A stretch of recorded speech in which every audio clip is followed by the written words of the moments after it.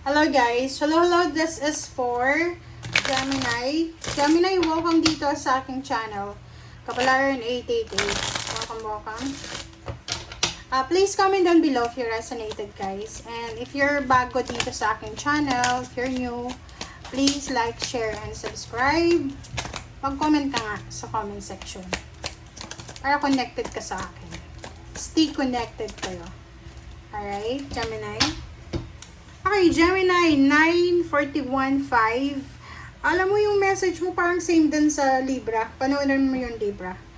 51.6, Lion, number 49, 9, 10, 11, 12, 13, 1 plus 3 is 4, 21, 3. Okay.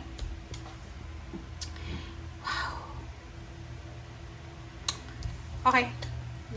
Gemini, sinasabi ng bara sa'yo dito na posibleng makakatanggap ka ng isang napakabilis na bad news na pwedeng magbigay sa'yo ng shocking siya. Napakabilis na shocking bad news ang posibleng matatanggap mo. It's either about the health of someone na kilala mo, or it's either about sa love life ng isang tao. Ganito. Another is Four of Spades. So, this is I. So, sinasabi ng bara sa'yo dito na mag-iingat ka. Kasi mayroon ditong Gemini na may stalker ka ba? It's either that's your ex or someone na binabantayan kung ano yung galaw mo. Okay, please comment down below.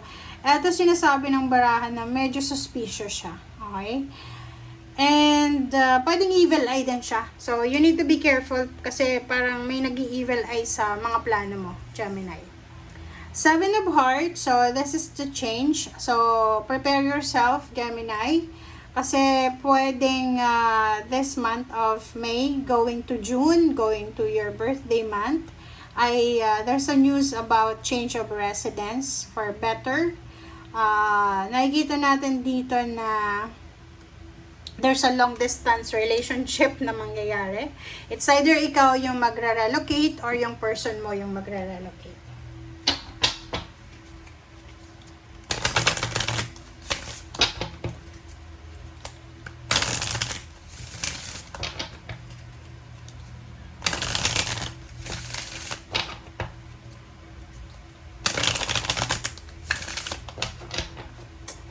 Okay. Gemini.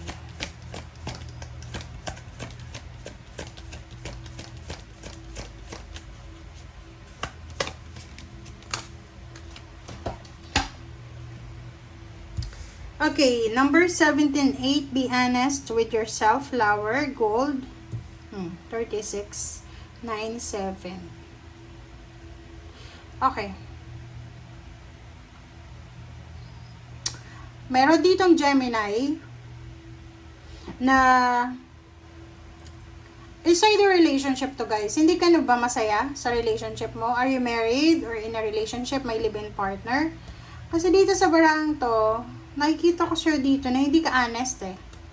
Kaya 17.7 to eh, 177.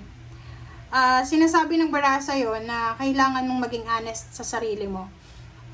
Kung kailangan daw Gemini ng pagbabago, gawin mo siya as soon as possible. Kasi hindi ka na kontento, hindi ka na excited, hindi ka na inspired. Niloloko mo lang ba yung sarili mo? Kasi dito sinasabi na oras na para maging totoo ka sa nararamdaman mo. Okay? So, kung love life man yan, sinasabi ng baraha, hindi mo kailangan ng love life para maging masaya. Kasi ikaw mismo, masaya ka na sa sarili mo.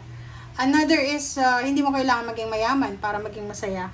'Di ba? Parang, tingnan mo, maging honest ka daw eh. Kasi mayroon kang panuntunan ng success, ng pagmamahal, ng kaligayahan, na ikaw lang yung nakakaalam. So, kailangan maging honest ka talaga sa sarili mo. Kasi ikaw yung magsasuffer. Ikaw yung, kumbaga, haharap ng buhay mo, ng mga pagsubok sa buhay mo. Diba?